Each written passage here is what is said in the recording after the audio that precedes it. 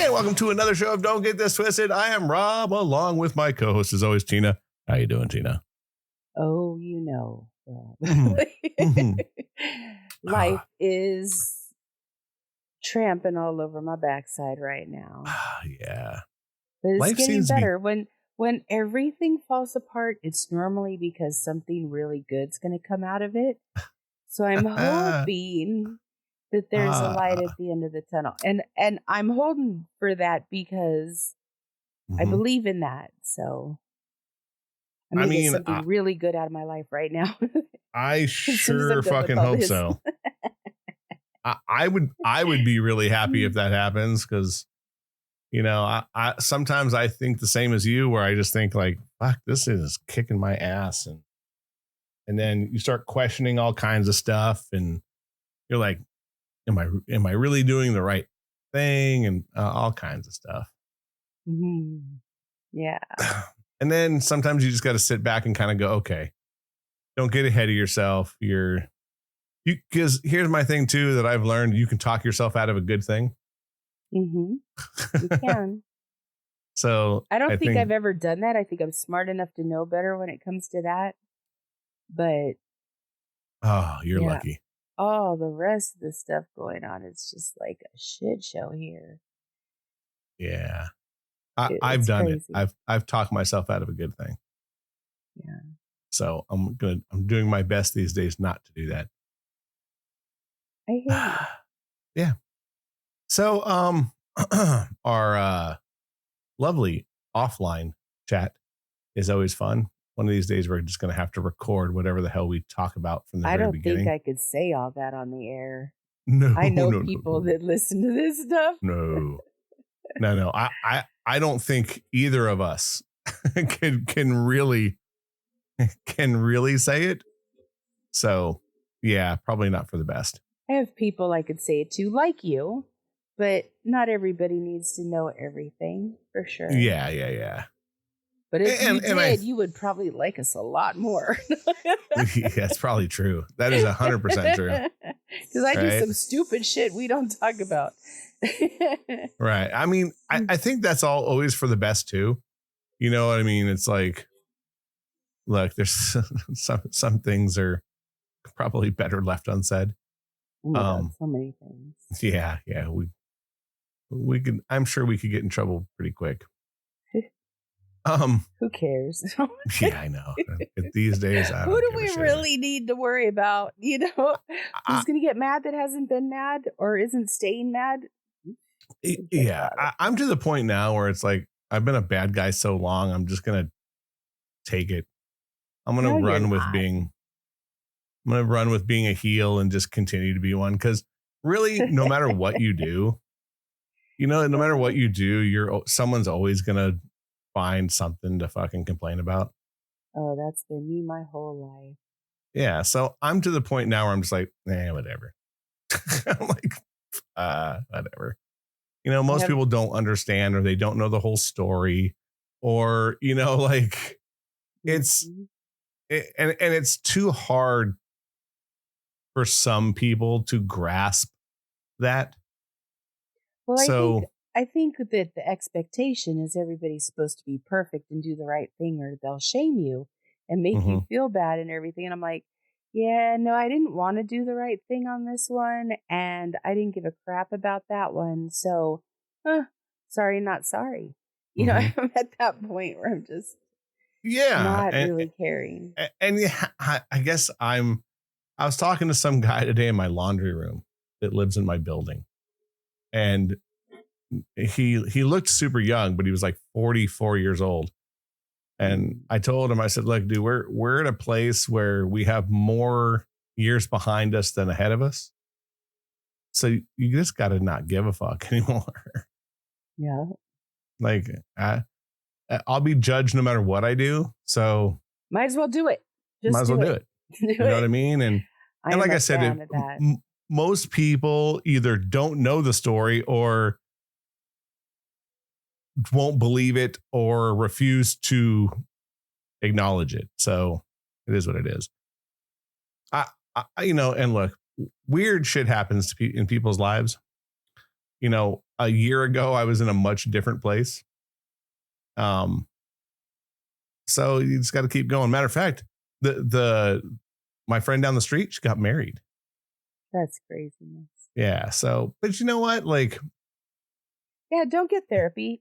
Get another marriage going under your belt. Yeah.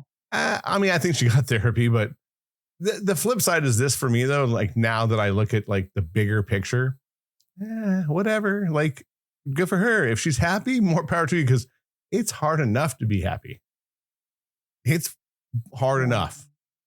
We have enough shit on our plate. I don't know that people are really happy. They just fake it, hoping they make it. I mean, yeah, I think some people do that. That is definitely a true statement. I do it. So. If I can't be happy doing it, I'll fake it. I'll try anything I can to find some happy in it, just to do it. Just to be okay. Not to do it. Because if there's no happy in it, Lord knows I won't. I don't have time for that. Right. No, I hear you. That's like I said, that's where I'm like to the point now where you just have to kind of go with it. Be happy. Hard enough. And speaking of that, we were talking about what we were going to talk about today, and I was like, I don't know, because there's a lot of shit we could probably really talk about. But you said something that kind of, you were like, a lot of your friends are having kid problems. Kid problems, yeah. And I was like, perfect, because we've already, ours are older. Or yeah. I mean, I have two that are like one's 37. Yep. We've been through it. Yeah. So we've already been through like a lot of the tougher issues. Mine still lives with me, but even he's like thinking of branching out and leaving the state and kind of, starting. So, having younger kids or having older kids with problems, it has to be a journey. At least, thankfully, I'm going to knock on whatever wood I can find in my room. I'm not having any right now with him. And matter of fact, things between us are really good. So I'm like, I'm going to run with that. I'm going to run it out and hope for the best with everything. Cause we're having a good time. We've been to concerts together. Things are good. So nice. Yeah. And I'm doing my best to keep them good, until he leaves. Cause I really don't want a bad taste in my mouth. If he leaves, well, and he doesn't either, because then he won't want to come home, and you want him to come home. 100%. Yeah. So that's kind of like where my plan is right now. Like, good. just that's keep a good this, idea. Yeah, keep it going, and I try not to bitch and moan about much to him, which actually, and here's the other thing, he's actually been kind of good lately. Like, I can't even complain about shit that he's doing. He's doing his thing. Yeah, he's doing his thing. So I'm very, very happy he's starting a new job. So lots going on for him. Good. What are your friends saying? Oh, well, one of my good friends, his daughter found out that her boyfriend was doing stuff behind her back that he shouldn't have been doing, on the lines of cheating. I don't know if he actually did, but on the lines. And I felt so bad for him, because he's a single dad trying to raise his daughter. And he's like, Tina, I don't know what to even say to her. He goes, I'm so mad. I just want to he wanted to say, I don't want to see this kid. I'm not going to help this kid. I'm not going to have him in my house. Like, he wanted to stick up for his daughter, but his daughter's like, I think I'm going to give him another chance, because he said blah, blah, blah. Okay. And so my friend's trying to be supportive, but be a dad that wants to kick this kid's ass. And he's in it. And I felt so bad for him. And I remember when my daughter had a boyfriend that I just couldn't stand, the little fucker. I wasn't going to. There was nothing I could do that was going to make me like him. I just didn't. And it was a huge problem in my relationship with my daughter, because she was all team boyfriend and I was the mom. And it, once she knew that there was no way I was going to like this kid, like, it was bad. It was all bad. So I just told him just to love on her and to be, he's a really good friend and he's very supportive and he's a solid guy, right? So I'm like, just be that to your daughter. Like, she's probably going to hate on you for a while because, she's mad, but don't not do that. Just keep doing that and show her that you got her and she's going to go 1,000 ways twisted, but just be solid because, well, come on, she's a girl, first of all. Let's just face it. They're a little dramatic at times, especially first, second, third boyfriends. Like, those are big, they shape you and your dating lifestyle, because they're the first ones. That's who you compare everything to. And then being a dad and being the dad that just wants the absolute best for his kids. And then he's like, I was going to help him get a job. I was going to get a pass so they could both go to the amusement park. Right. Like, and he's all, I'm not getting him shit now. And I'm thinking to myself, this is the nicest guy. Like, he truly is generous in every way, shape, or form. And now all of a sudden he doesn't want to do it. And I understand because I was that same, just a mom that didn't want to deal with that little fucker. You know what I mean? And and I felt his pain and I was like, I don't know, just be the best dad you can to her and know she's going to screw up. And then it turned into, why are girls so dumb? And then I still couldn't give him an answer because I'm still a girl that's doing, not so smart things all the time. Right. And I don't know. I felt for him. And then I wanted to go just hug my dad and say sorry because I know I put him through shit. Right? Yes. No, seriously. Yes. I think I told you the story that I called my mom 3 times in 1 week because my daughter was driving me ape shit crazy. Like, I was losing my mind. And I remember doing that same thing to my mom. And what made me think about it was that the words that came out of my brain and came out of my mouth were my mother's. And it sounded just like her. And I was like, ooh, I'm talking to myself right now. Oh, shit, yeah. I'm talking to myself. Sorry, Mom. I called her. By the 3rd time, she goes, Tina, this is going to happen to you so many times in your life that you shouldn't have to apologize. Just don't do that shit again to me. And teach your daughter not to do it either.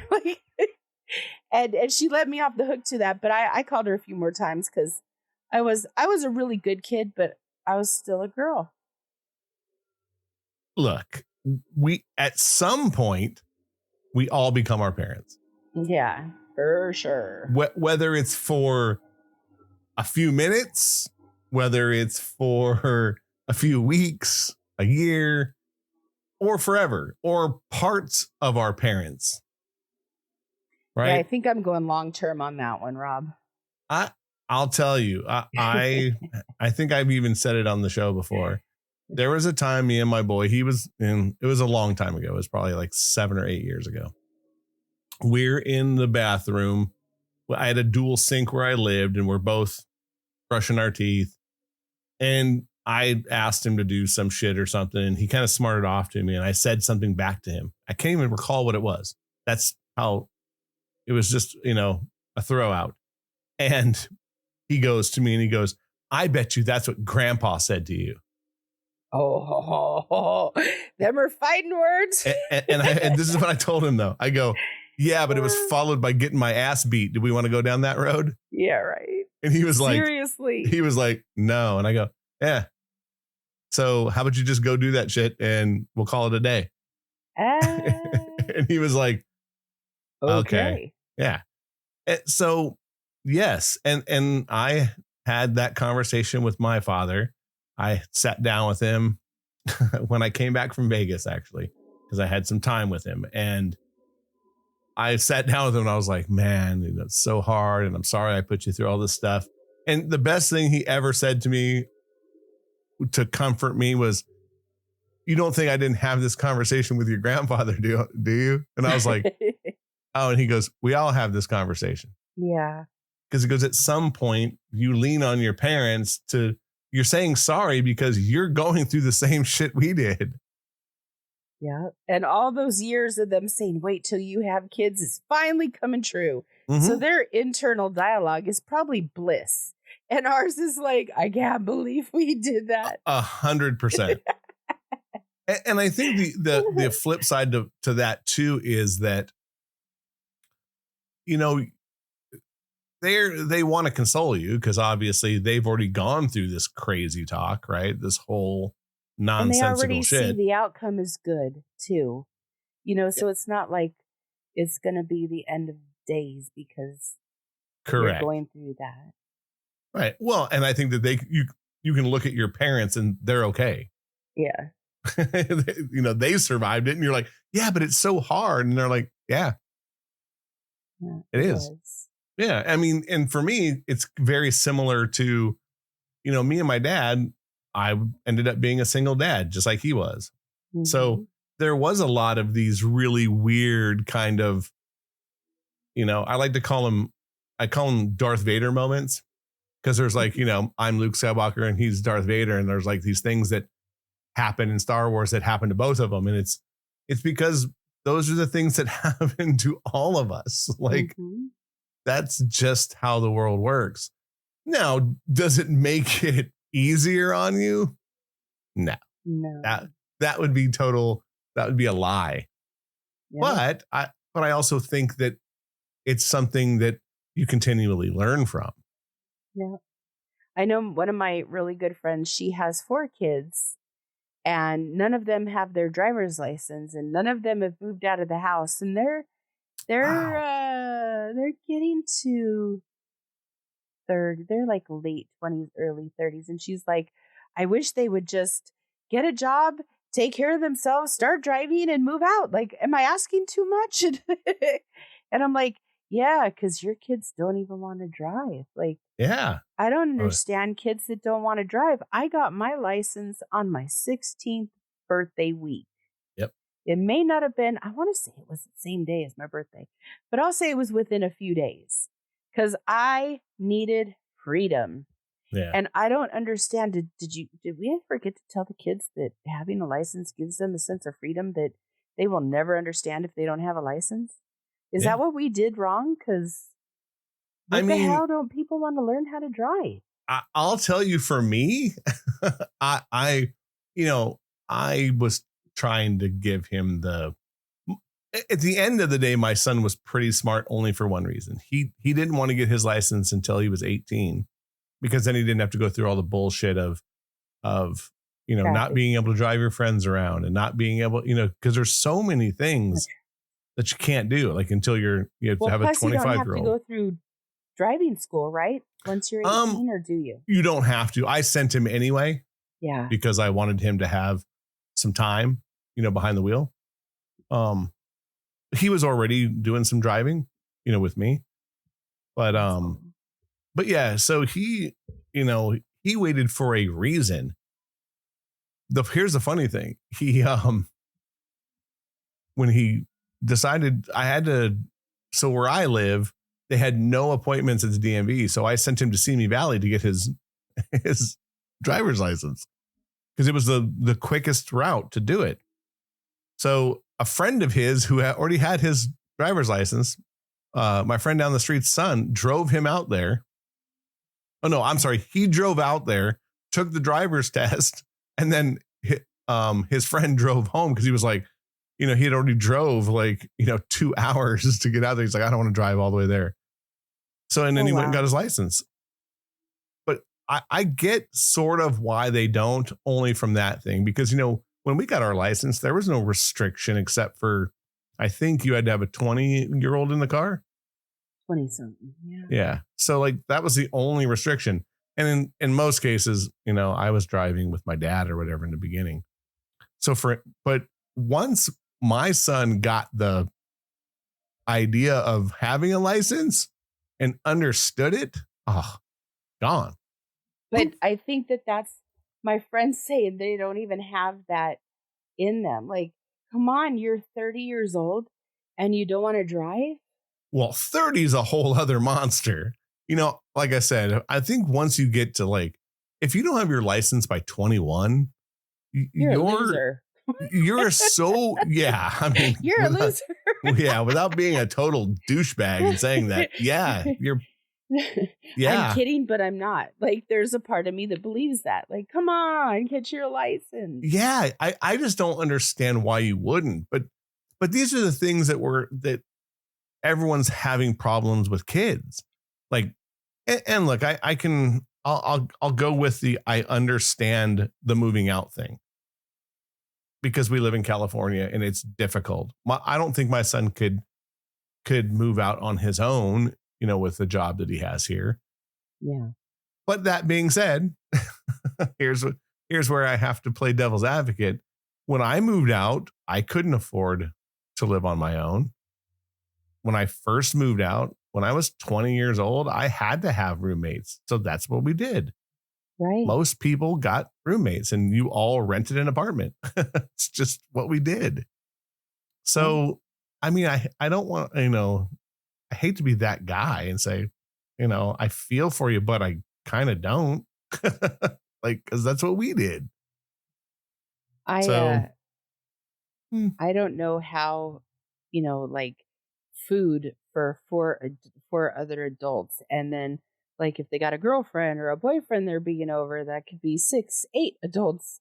Mm-hmm. And I get like where she's like, I'm ready to not have to be quiet when I'm in the bedroom with my husband. Sure. And I don't want to worry about the kids throwing parties because I went out of town. They shouldn't be living here anymore, and they should have a job, and they should have a girlfriend or a boyfriend. Or I mean, I totally get where she's coming from, and I know her kids, they're good people, but they're to me, I felt like, well, and maybe I've always been this way. I wanted life to happen. I wanted to be a part of things. I wanted to see it coming and going, and I didn't want to miss a beat. And I don't understand why kids are not like that. I don't understand why a child would not want to be like that. Like, what did we do to them that made them so odd to us? Well, here's the thing. Here's where I'll sort of be nice to them. We were Gen Xers. We always had freedom. We did. Our parents were like, it's light outside. What are you doing in here? Mine was like, did you get your work done? And then you could get out of here. Right. But once all your shit was done, they were like, why are you here? Shouldn't you be playing with your friends? Leave, go outside, do something. It was just different. So like, yeah. And now, with everything being in the palm of your hand or in front of you with a screen, there's no reason to leave. Why would you leave? Like, all my video game shit's here. My computer's right in front of me. Or even if you do go hang out with friends, you're all hanging out on your phones. Yeah. Which is really weird to me. Well, when they're sitting next to each other and you go, okay, like, for instance, they'll send each other shit. Yeah, I go like to a Halloween party and all the kids are in the other room and it's super quiet, and I'm walking through to go to the restroom and I'm looking at them and I'm looking around. I'm like, why aren't they saying anything? Is it because of me? And then I see them and they're all on their phones, and I know they're texting each other. So 100%. I went into the bathroom and I started texting just to like mess with them. I was texting them. I couldn't resist. I just couldn't. So the ones that I had their numbers, I started texting them too. It is odd. Yeah. It's odd. Like when you to see, look, my son isn't horrible about his phone. He can be a little, but he's not absolutely horrible. But we'll be a place, and I've seen, we'll be out to eat and there'll be 6 people at a table and 4 of them are on phones. Yeah. And not sending shit to each other, just on their phone. And I do my best to ask him not to do it. I'm like, come on, like, can you sort of help out? like be cool with that. Like, I want to spend some time with you. Mm-hmm. So I think that's also a culture problem. Like, I remember when my son would get in trouble, he would go and I'd ask him for his phone. He'd like would break down. Like he didn't know what to do. Like, why are you taking my phone away? Lose their shit. Yeah. Like completely break the TV in their room and throw their video games around and pull their hair out. I've seen these videos even of stuff like that too. And I'm like, you're dumb. It's just a phone. Like now they can't see what you're doing. Now they can't track where you're going. Now nobody could get a hold of you. You free. Right. Run, Forrest. Like, you don't understand. You don't have your phone anymore. Like, that's the best thing ever. You have freedom. Freedom. Yeah. No, and it's wild. Yeah. I don't, I've lost my phone a couple times for extended periods at one time. And I liked that time. Like, everybody's like, oh my God, you don't have a phone. Are you going to be okay? And I'm like, yeah, I'm pretty sure. I'm all right. As a matter of fact, I was better because I wasn't tracked. Nobody knew where I was. They couldn't call me with their bullshit. I could be in the moment for the whole time. And I didn't care if I took a picture to post or not. Right. Thank God we didn't get that social media like itch. That I think started about 5 years after we were born. Those people and younger have it for sure. But I like to take some pictures or videos, like especially when I'm on the trike, because if I'm not the one driving it, I could take pictures of what I've seen and be like, Dad, look at this. This is what I experienced on the bike. Right. I love doing that, but I don't take a lot of pictures. I don't know. I also think that today, here's another bigger problem with children. We've hampered them for so long. They wonder why we're mean or they want to be our friend instead of us being the parent. And I think that's also a very large problem. Like once you put you and your children on the same level, and I'm talking about, 20 and younger. I think once you're 21, it's like you're an adult. And if you live in my house, that we're turning on the rent anyway. So you're either going to be here or you're not. So if you don't want to be here, you can bugger off. I'm all right with that. So, but I think 20 and younger, like I've seen kids talk to their parents. Like, I mean, my son has done it once or twice and I had to check his ass and I did like good. Like anytime he did it one time when his friends were over and kind of got snotty with me. And I literally looked him in the face. I'm not your fucking friend. Don't talk to me like that. Right in front of his friend too. And he was like, and I go, yeah, I don't give a shit if he's here. I don't care. And that's another time I went, oh yeah, I'm my dad. Yep. Cause that's what my dad would have gave two shits. My mom too. Yeah. And even my best friend's mom, I told you when I was over there, she was mom. She'd roll me right in front of my best friend or vice versa. He would get in trouble and she'd look at me and go, why didn't you stop him? You knew better. Fuck. Yeah, you're right. I did. Yeah. She goes, well, then you're just as much in trouble. So if he's grounded, it's for sure. Don't come here because neither of you can see each other. It's like, oh yeah, you're right. So, being in, look, I love being friends with my son. I do. It's great being a single dad and having a boy. We do, we go to concerts together. It's awesome. But I really did my best to keep that parent-child thing, You have to. Yeah. Because once they think you're friends, then they treat you like a friend. And you know how friends can be. And kids are already like to manipulate you. They'll play both sides. They'll find a parent that, if there's the one parent who's mean, they're going to go to the nice one. If there's the one parent who, gives money no matter what, they're going to go to them and they could give two shits about whether they agree with them or not. They're going to go to where the money is because they're handing out money. And unfortunately, some parents, that's their only that's the only way they can, attach to their child.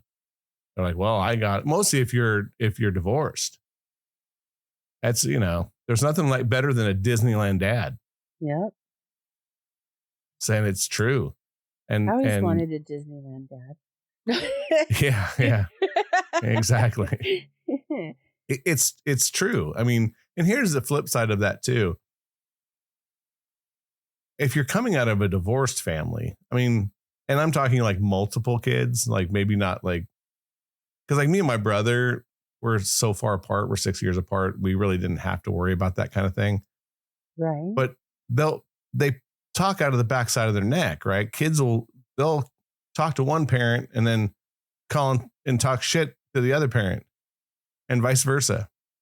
Instead of parents controlling the situation with their children. It's like, if mostly divorce, and again, I know there's bad divorces. I get it. And I'm lucky. And I mean, and you're lucky, actually. Your divorce wasn't absolutely horrible either. But I did my darndest. For one, never talk shit about my ex-wife to my son ever. Yeah. Because here's the thing, they'll find out on their own. Yeah. Right? Sooner or later. And the flip side is that I always worked with him. Like, you have to be united front. If you have, yes. If you're talking shit to your kid about how bad mom is, then that's a problem. But they hear that and then they're going to go, well, is he talking shit about mom? That's not cool. And then, you think it's cool for the moment, but 2 years down the road, they're going to go, what a dick. Like, dad was a dick or mom was a bitch. Yeah. And you're just setting yourself up for failure long-term. So, and even if you're married and you're doing it, you know what I mean? Like, if something comes up in the household and they're like, well, your mom's crazy.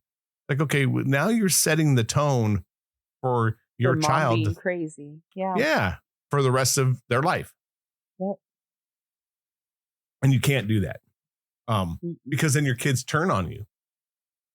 and then here's the other thing. When the kids start doing bad shit, they're going to play on the one who doesn't care. It's like, whatever, like, oh, mom told me no. Well, fuck your mom. Oh, okay. Well, there you go. Now you're the problem. Absolutely. And if you think that your kids aren't going to turn on you, you is crazy. You is crazy. Because as soon as the well dries up for whatever it is, money, attention, happiness, whatever the fuck you're giving them, when that well dries up, they're just going to head on down to the other side. Yep. That's it. And that's what they do. Yeah. And don't get me wrong, it's human nature. Like, we all do it. And but I think kids do it because they're trying to manipulate the situation. And it's like, I remember my son coming to me and going like, oh, can I do this? And I'm talking really young, like 5, 6. And I was like, what'd your mom say? And then he would get really quiet. Like you could hear a fart in church, just quiet. And he'd be, she said no. Yeah, then no. Yep. Bye. Like, and then he would like stomp off angry. It's like, okay, well, don't try to play us. And then of course I would go just tell her. Like, I wanted to make sure we were on the same page. I was like, yeah, he tried to play me. Oh, okay, cool. And then you're a united front. Yeah. Look, you make your children the way they are to a degree. At some point, social lives, school, other kids, that starts changing them, because, my son would come to me and go, well, so-and-so's parents aren't like you. I was like, okay, so what? I would do it with a badge of honor, Tina. I didn't give a shit. I'm a single dad. You. I was the mom, and that was that. That's it. And that caused a lot of problems because I was like that. But that's how I was raised the same way. Yeah. the it's like, same way. all right, whatever. Yeah, Like, I know one person whose daughter is, manipulating the mom or manipulates the dad so that the mom doesn't find out, and mm-hmm. cars involved now that she's driving, and Of course. being cool in school and stuff, and all this stuff is going on, and I'm like, so are you going to tell the mom or are you going to not? And he's like, no, I'm not going to tell the mom, but I told her we're not playing that game. Like, she needed to come, correct. And I was like, Mm-hmm. I hope so, because what she starts on you, she'll learn, and then or starts on her mom and learns, she'll be better at it with you. So get ready. You're just setting your kid up to do the same shit to you. Yeah. And so you think it's okay. And it's not okay. So no. Having said all that, a lot of people are telling me that they're having these problems. They're just telling me stuff, and mm-hmm. and they ask my advice, and shit, I don't. Okay, so I know about as much now as I knew then when I was raising my own child, with mm-hmm. what to do and how to do it, and it's so, like, for me, I feel like I wish I had real answers for them that would actually make a difference. But I just, like, I told my one friend, I said, we don't need to judge anybody's kids until they turn 40. On their 40th birthday, we'll get all the girls together and we'll sit down with whatever we're drinking, and we're going to scrutinize that child for being 40. Because by then we should have a good idea of what type of person that we raised and how good of a kid they were. We'll do it when they're 40. So none of us have had to do that yet, because nobody's kids are 40. But I had one friend say, girl, when my kid turns 40, I got shit to say. And I'm like, absolutely say it. That's when we're going to judge at that age. Because, I don't know. I wasn't a full person at 30. I wasn't a full person. When I got married, oh my God, I was so ill-equipped in so many ways. And I had parents that were home with each other and there for each other. And then I got into a marriage and I didn't know how to deal with stuff at all. Like, a lot of stuff. I remember I couldn't stand that man about once a month. And it wasn't even on my period time. It wasn't. It was just like once a month he was going to do something that just made me want to. Right. Oh, And I think now I'm like, gosh, what do I tell them now, other than they're good parents and the kids will be okay, and don't judge them. Let's just see how they're going to be. But inside, like, shouldn't I be telling them something like, your little kid's an asshole, you should do something about that? Or I don't know. What do you do? You're damned if you do and you're damned if you don't. Right. Because criticism is great as long as you can take it. And I think most parents can't take it. That's right? true. Because in your eyes, your kid's a fucking angel. Yes. And that should be the way it is. Like, you should have that love for your child on that level. Like, that is just the amazing part of being a parent, is that you feel that way towards anybody on this earth, but let alone somebody that came from you. That's like, that is good stuff right there. Yeah. I mean, look, my girls didn't come from me, but they're my kids. They're my girls. I raised them. So why did I say that, I wonder? Yeah. I mean, look, I get it, but I think, like, if you have, and I'll say it nicely, if you have the balls to raise someone else's kids, like, I think you're a great person, because it's difficult. It just is.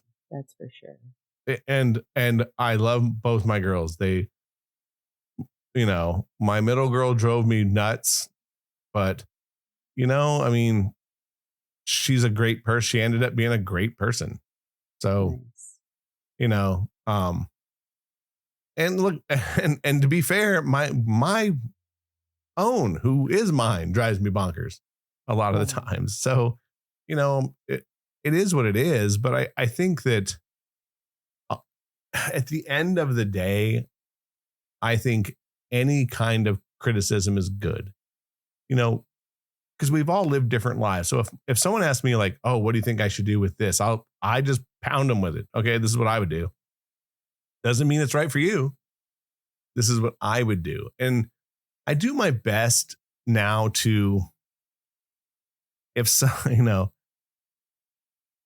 start the conversation with, it's your child. So, yeah, because all of us aren't going to handle it the same. And if I go, look, your kid's an asshole or your kid's stupid, is it fair? It's fair from my point of view. Right. So I do my best not to say things like that, but I will go, at the end of the day, probably not the best idea for your child. And that's it. Because look, some people, my kids included, put themselves in positions that they shouldn't be in. True. Just like we did. I was the queen of doing that shit. Shit, I still wear a crown. I'm really still good at it. Mine's been polished off. I just haven't been anywhere to wear it. Yeah, exactly. Mine's on the desk. I'm still the king of doing dumb shit. So, but and look, my son has seen some of the dumb shit I've done. Yeah. And kind of rode with me while I was doing some of it. So he gets it. And I think that hopefully he's learned from, my dumb mistakes too. Like, don't do this and don't do that. It's not a good idea. Maybe he just looks at it and says, well, nobody died. I might try that one. I'm even okay with that because I think we need to make mistakes in order to learn. We don't learn from doing things perfectly. So why not? For sure. Look, I think that you have to have some kind of, yes, look, do it what you're going to do.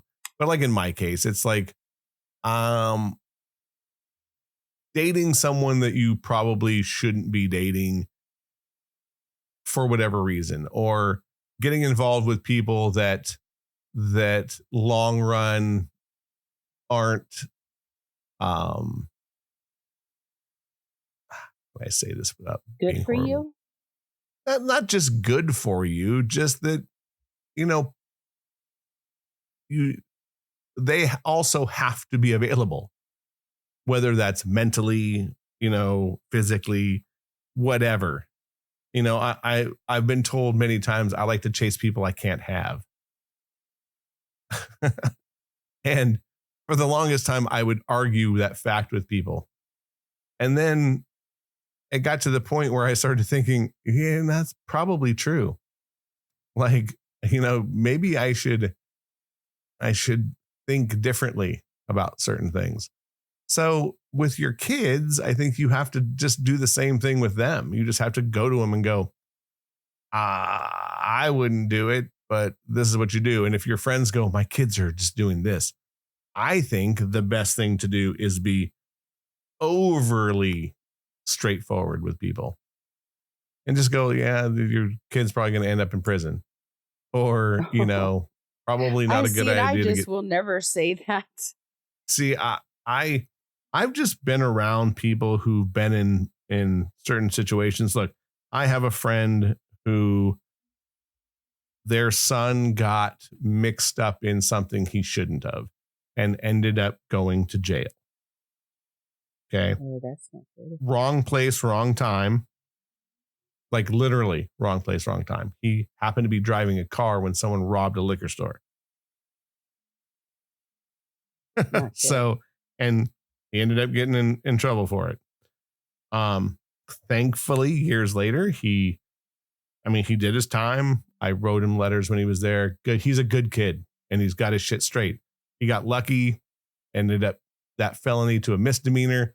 It's off his record. It's expunged. He can still get jobs. He works. He has a really good job now. So he did okay. Like he got his shit together. So with that being said, I think that part of that is I told her at the time, like, yeah, this is hopefully it's a learning lesson because the next time he's probably fucked. Yep. And she knew it. And she was also very straightforward with it. And she's had problems with her kids for doing,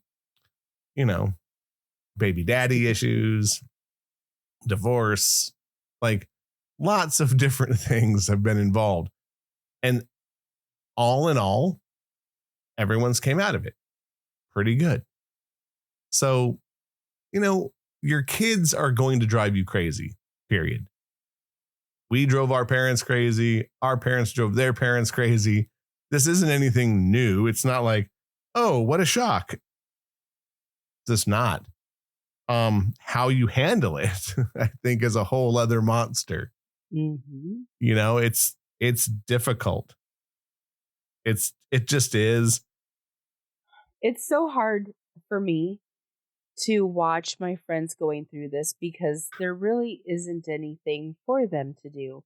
They have to let their kids make the mistakes. They have to watch it. They have to support their dumb decisions no matter what, like, because that's their kid. And I'm not saying they have to agree with it, and I'm not saying that they're not going to say something about it, but they have to support the child going through it. And I feel bad. It makes me want to call my dad and say, Dad, I'm sorry I was such a dumbass, but, I did this and I'm sorry you had to struggle. And I got to tell you, even as adults, I've put my dad through it. Like, sure, the stories that I could tell, and I won't because he asked me to keep my mouth shut and have some shame. They were, he had to show up as a dad to what, a 49, a 50-year-old, a 51. Like, he did that last week and he had to show up for me. So it's like, I feel bad for him. And he always says to me, you never ask for help. And if I ask you if you want something, you always tell me no. It's very hard to be your dad when you don't allow me to be a dad. Mm-hmm. And I thought to myself, I'm like, oh my God, he's right. But I'm like that with everybody. I've always been Miss Independent. I'll do it all on my own. And I do, but I know he's looking at me like, I want to take care of you and you're not even letting me. And boy, the shit you're doing is really dumb, Right. So I tell my friends like stuff like that and I'm just like, they'll be okay. But inside I'm thinking, how are they going to get through this? And that's kind of the problem, right? Like,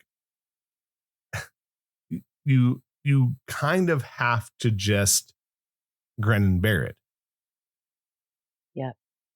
You know what I mean? Like, you don't you definitely got to do. And sometimes you got to hold it down with two hands to be able to do it because it isn't going to be easy. It's never going to be easy. Never. Ever. It's never, ever, ever, ever going to be easy. Ever. I don't care how you want to slice or dice it. It's just not. Not. And I think that's the other thing is realizing it, right? Yeah. If you realize it pretty early on in your child's development, that it's just not going to be easy, then I think your stress level changes. For me, I ended up being a single dad when he was 6 years old. Yeah. So I had to, if I wasn't grown up then, and I was 38, something like that. If I wasn't grown up by then, I ended up having to be. Yeah. And quick. Real quick. Like that.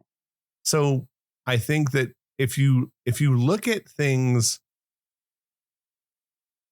from the perspective of that, like, it's going to be hard. And there's going to be a day where they come and they're going to say some dumb shit to you, whatever it is. They're going to say, I got a girl pregnant. I'm pregnant. I got arrested. I got a DUI. Pick one. Pick what the shittiest thing you think can happen. It's probably going to happen and they're going to come to you. Hopefully not. Hopefully it's, I got gonorrhea and I'm going to go get a shot. Hopefully it's something simple. But if not, yeah, there's things that you have to you have to just think, as long as they're not dead or in prison forever,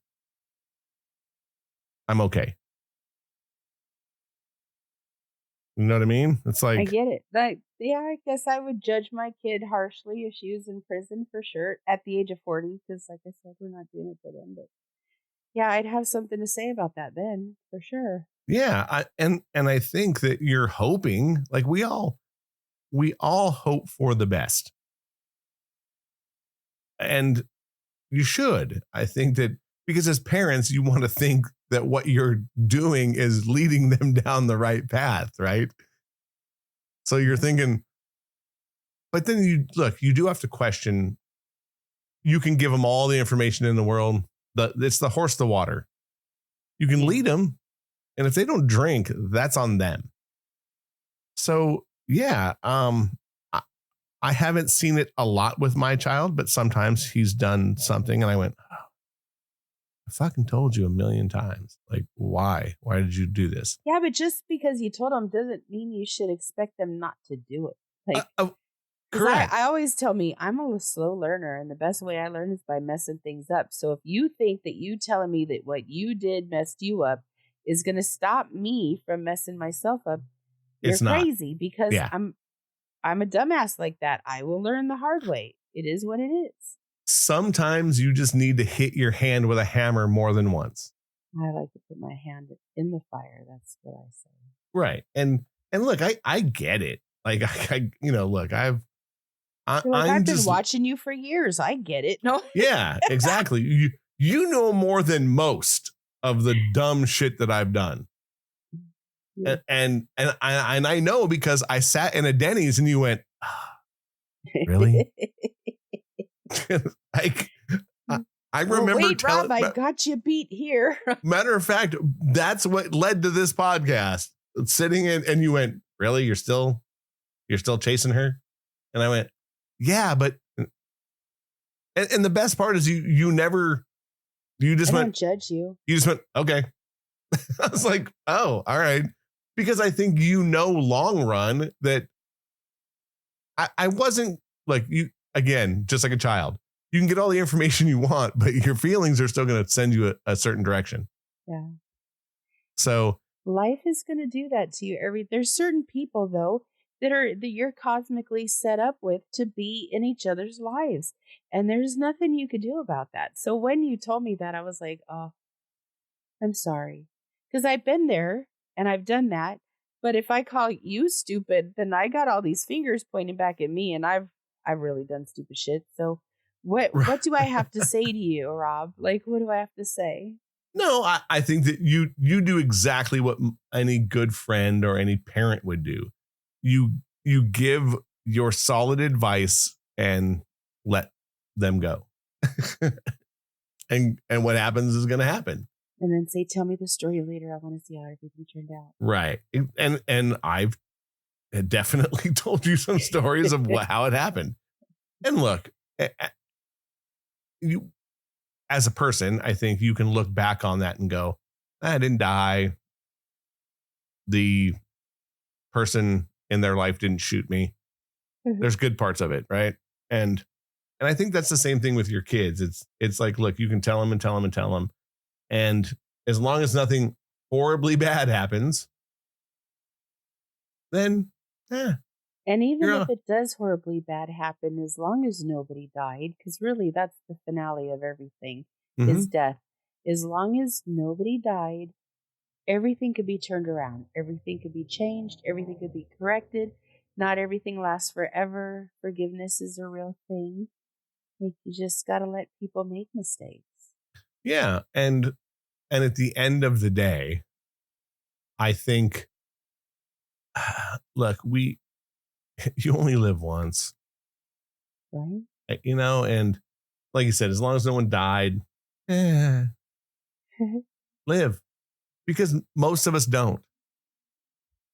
Most of us don't. Some of the worst things that I did turned into the best experiences, that when I am on my deathbed and I don't give a shit about who knows what, I'm going to tell those stories, and I'm going to be like, see, I lived. I didn't die. Nobody died.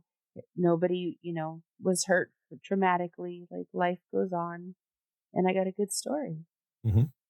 Well, and your kids will do the same. Look, we have a bunch, mostly as children, being a Gen Xer. You know how many times I got on a bicycle and rode into a wash during the summertime, or just on an adventure doing some dumb shit on a skateboard? Yep.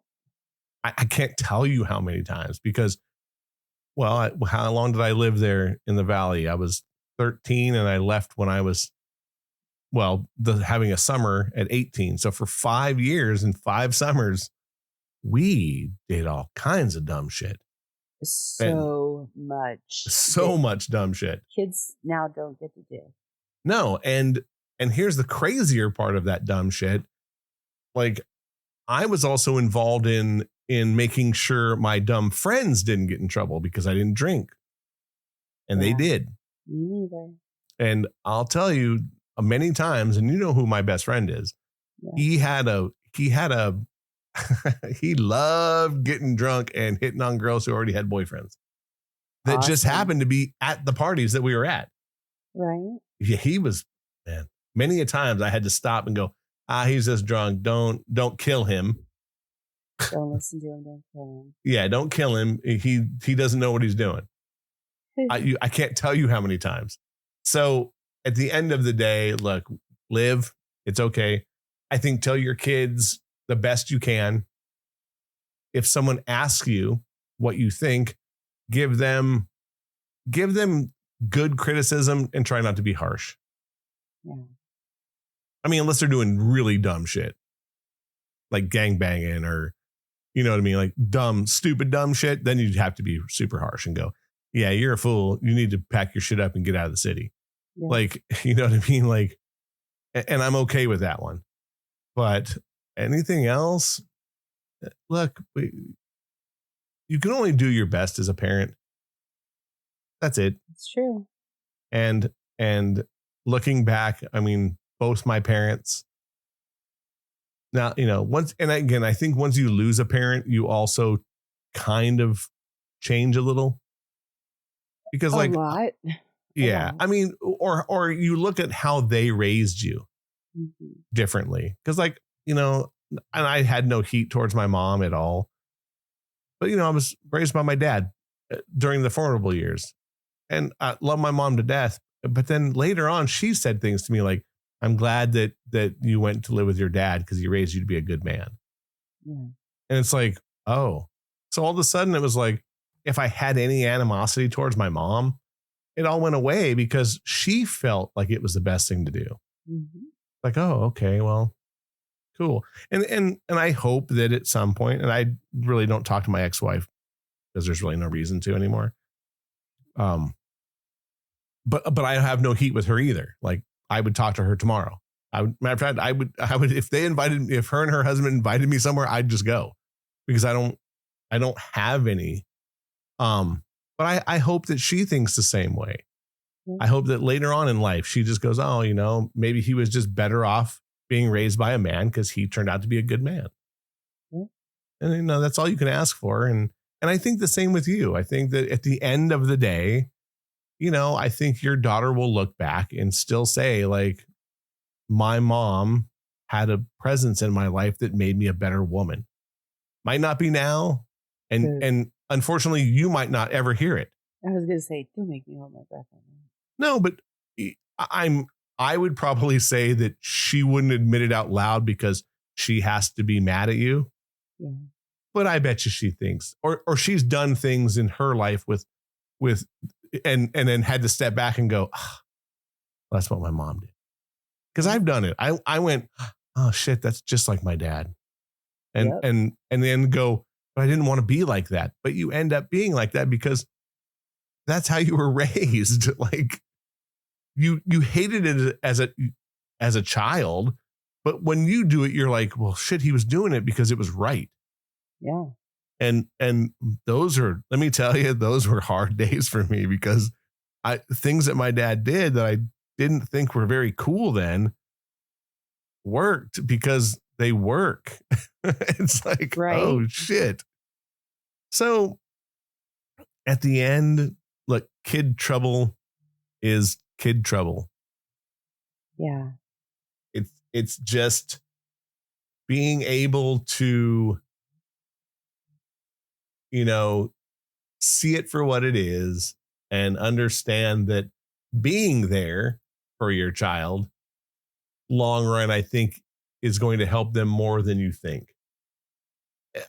Look, I'm critical of my kid. I'm sure if he came on here, he would probably go, oh, he was mean and whatever. And I'm okay with that because I think long run, my son will be a good man.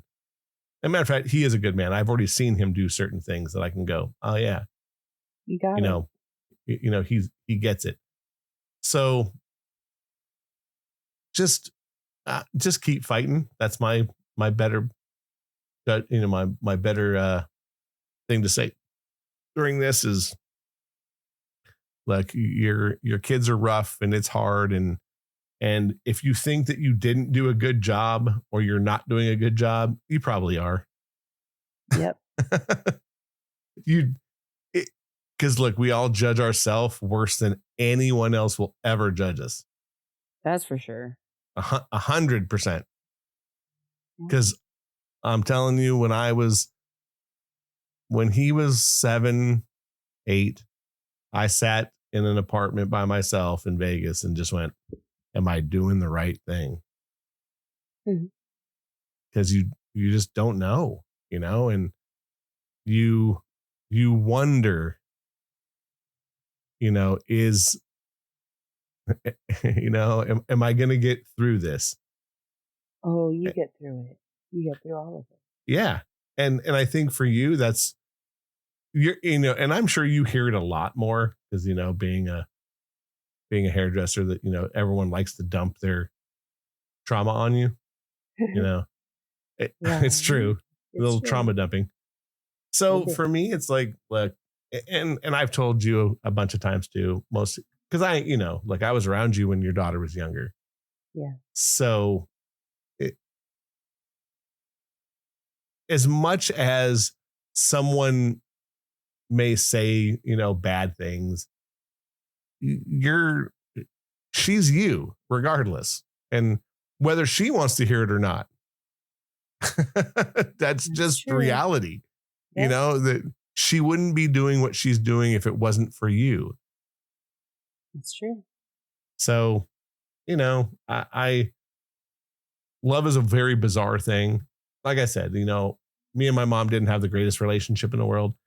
Thankfully, as she got older, she wanted to trauma dump on me, which I think really, really helped me because she got to say things to me that I just didn't know, or things how she felt. And look, my mom did the best she could. Yeah, we all do. That's the only thing you can do. And I think your friends, all you can do is tell them the same. Like, I'll leave it at this. My friends' parents, I see the most amazing people in them, and it makes me love them more because of the parents that they are, even on days where they feel like they're failures.